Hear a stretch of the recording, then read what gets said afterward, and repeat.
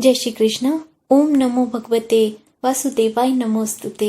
श्रीमद् भागवत गीता अध्याय 2 गीता का सार। संजय ने कहा, करुणा से व्याप्त शोक युक्त अश्रुपूरित नेत्रों वाले अर्जुन को देखकर मधुसूदन कृष्ण ने ये शब्द कहे। श्री भगवान ने कहा, हे अर्जुन, तुम्हारे मन में यह कलमश आया कैसे? यह उस मनुष्य के लिए तनिक भी अनुकूल नहीं जो जीवन के मूल्य को जानता है और इससे उच्च लोक को नहीं अपितु अपयक्ष की प्राप्ति होती है। हे प्रथा पुत्र, इस हीन नपुंसकता को प्राप्त मत हो, यह तुम्हें शोभा नहीं देता। हे शत्रुओं के दमन करता, हृदय की शुद्ध दुर्बलता को त्याग कर युद्ध के लिए खड़े हो।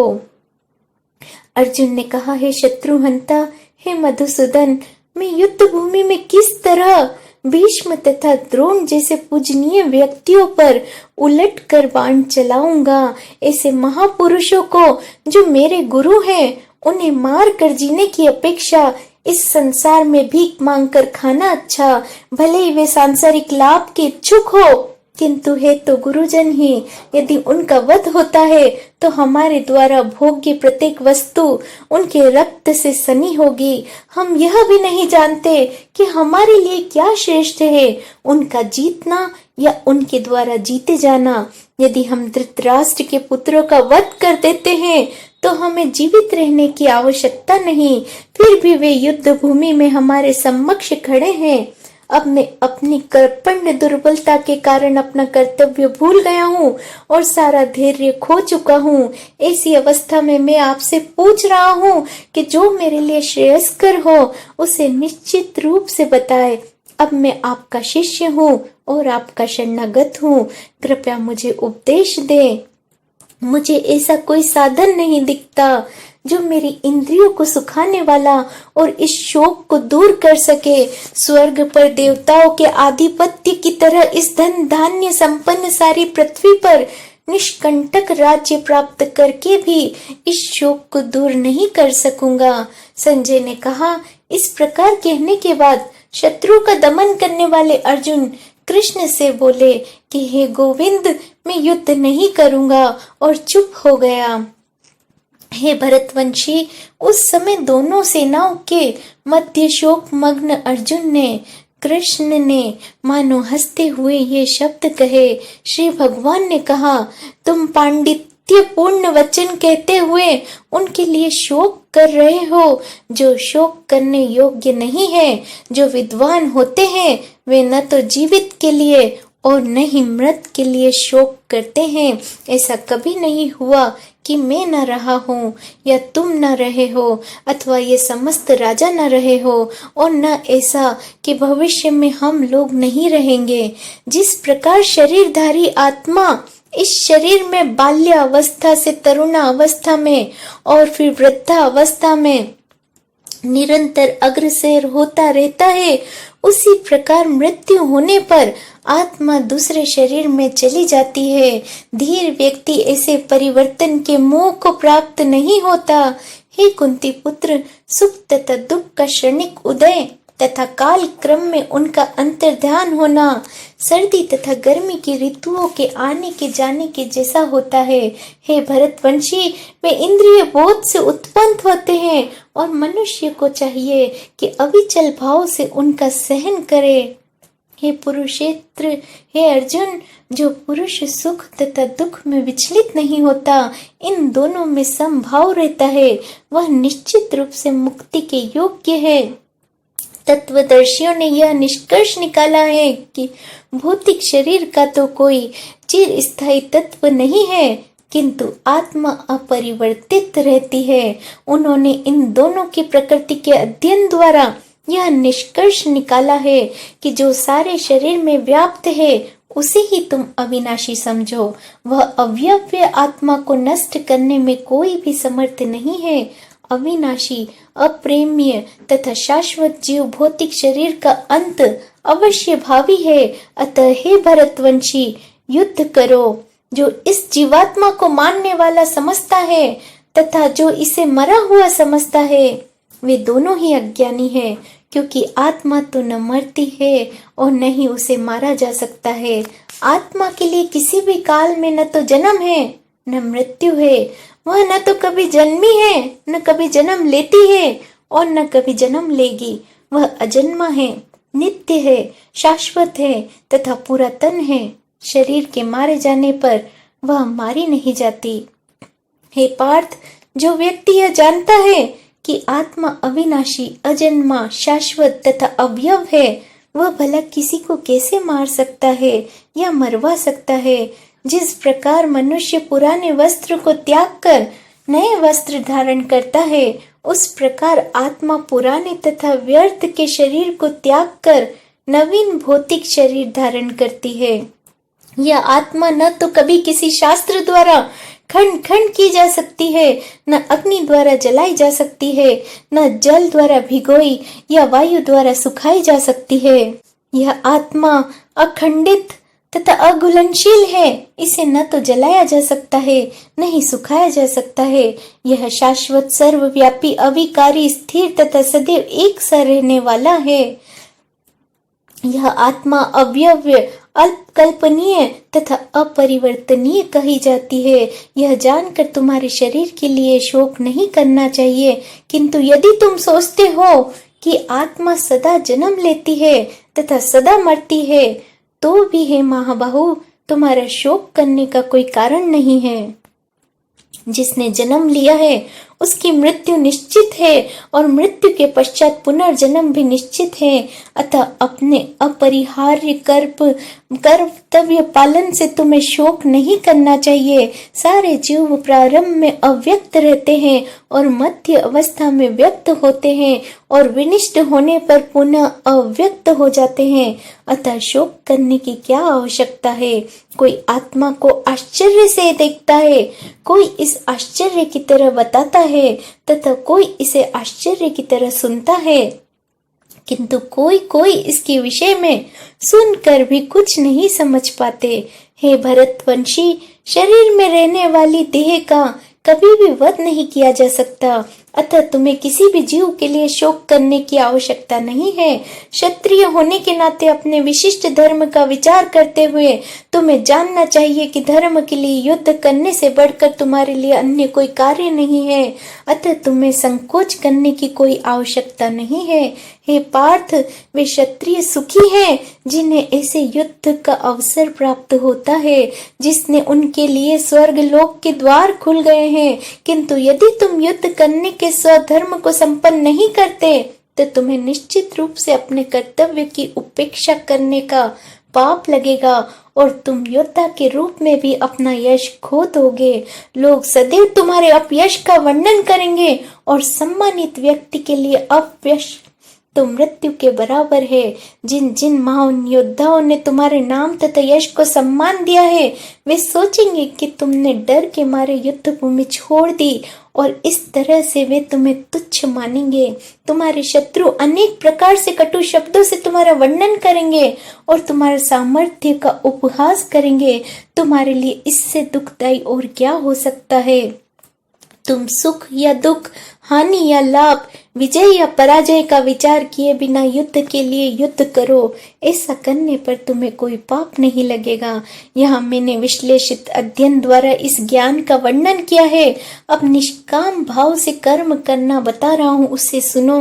हे प्रथापुत्र, तुम यदि ऐसा ज्ञान से कर्म करोगे तो कर्मों के बंधन से अपने को मुक्त कर सकते हो। इस प्रयास में न तो हानि होती है न ही ह्रास होता है, अपितु इस पथ पर की गई अल्प प्रगति भी महान भय से रक्षा करती है। जो इस मार्ग पर चलते हैं, प्रयोजन में दृढ़ रहते हैं, उनका लक्ष्य भी एक ही होता है। हे करुनंदन, जो दृढ़ प्रतिज्ञ नहीं है, उनकी बुद्धि उनके शाखाओं में विभक्त रहती है। अल्पज्ञानी मनुष्य वेदों कि उन अलंकारिक शब्दों के प्रति अत्यधिक आसक्त रहते हैं, जो स्वर्ग की प्राप्ति, अच्छे जन्म, शक्ति इत्यादि के लिए विविध सकाम कर्म करने के ससंकित रहते हैं। इंद्रिय तृप्ति तथा ऐश्वर्यमय जीवन की अभिलाषा के कारण वे कहते हैं कि इससे बढ़कर और कुछ भी नहीं। जो लोग इंद्रिय भोग तथा भौतिक ऐश्वर्य के लिए प्रति अत्यधिक आसक्त होने से ऐसी वस्तुओं से मोहग्रस्त हो जाते हैं। उनके मनों में भगवान के प्रति भक्ति का दृढ़ निश्चय नहीं होता। वेदों में मुख्यतया प्रकृति के तीनों गुणों का वर्णन हुआ है। हे अर्जुन, इन तीनों गुणों के ऊपर उठो, समस्त वेदांतों और लाभ तथा सुरक्षा की सारी चिंताओं से मुक्त होकर आत्मपरायण बनो। एक छोटी सी कूप का सारा कार्य एक विशाल जलाशय से तुरंत पूरा हो जाता है। इसी प्रकार वेदों के आंतरिक तात्पर्य जानने वालों को उनके सारे प्रयोजन सिद्ध हो जाते हैं। तुम्हें अपना कर्म करने का अधिकार है, किंतु कर्म के फलों को तुम अधिकार नहीं हो। तुम न तो कभी अपने आप को अपने कर्मों के फलों के कारण मानो, न ही अपने कर्म न करने की कभी आसक्त हो। हे अर्जुन, जय अथवा पराजय की समस्त आसक्ति त्याग कर समभाव से अपना कर्म करो, ऐसी समता योग कहलाती है। हे धनंजय, भक्ति के द्वारा समस्त ग्रहित कर्मों से दूर रहो, उसी भाव से भगवान की शरण ग्रहण करो। जो व्यक्ति अपने सकाम कर्म फलों को भोगना चाहता है वे कर्पण है। भक्ति में संलग्न मनुष्य इस जीवन में ही अच्छे तथा बुरे कार्यों से अपने को मुक्त कर लेता है। अतः योग के लिए प्रयत्न करो, क्योंकि सारा कार्य कौशल यही है। इस तरह भगवत भक्ति में लगे रहकर बड़े बड़े ऋषि मुनि तथा भक्तगण अपने आप को इस भौतिक संसार में कर्म के फलों से मुक्त कर लेते हैं। इस प्रकार वे जन्म मृत्यु के चक्र से छूट जाते हैं और भगवान के पास जाकर इस अवस्था को प्राप्त करते हैं जो समस्त दुखों के परे हैं। जब तुम्हारी बुद्धि मोह रूपी साधन वन को पार कर जाएगी तो तुम सुने हुए तथा सुनने योग्य सबके प्रति अनन्य नमस्त हो जाओगे। जब तुम्हारा मन वेदों के अलंकारमय भाषा से विचलित न हो, वह आत्म साक्षात्कार की समाधि में स्थिर हो जाए, तब तुम्हें दिव्य चेतना प्राप्त हो जाएगी। अर्जुन ने कहा, है कृष्ण, अध्यात्म में लीन चेतना वाले व्यक्ति के क्या लक्षण है, वह कैसे बोलता है तथा उसकी क्या भाषा है, वह किस तरह बैठता है, वह किस तरह चलता है।